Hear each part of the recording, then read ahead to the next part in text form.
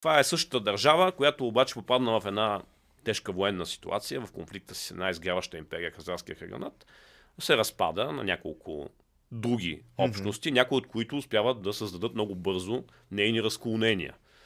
И тук сме несъмнено най-успешното разклонение от всички. Дунавска България. Пряко следствие, това е едно пренасене на държавността от старата средищна зона, според нас по река Кубан, в средния Кубан, нейното пренасене от там, тук. Но това не е станало хубаво, не защото им се е искало да се пренасят, просто защото се е налагало, за да съхрани своята политическа власт с пръв, да не става васал на хазарите.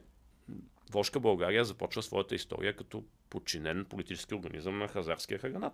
В последствие, когато хаганата отслабва, водачите на Волжка България всъщност се оттърсват от своята зависимост от хаганата. Така че Аспарух е бил най-успешният от наследниците, политическите наследници на Стара Велика България, който без съмнение е бил надарен с необичайен талант, за да приложи такъв дързък ход, да се настани в хинтерланда на византийската столица и от тук да започне да налага своята власт на едни територии, които Византия до самия си финал счита за изконно свои.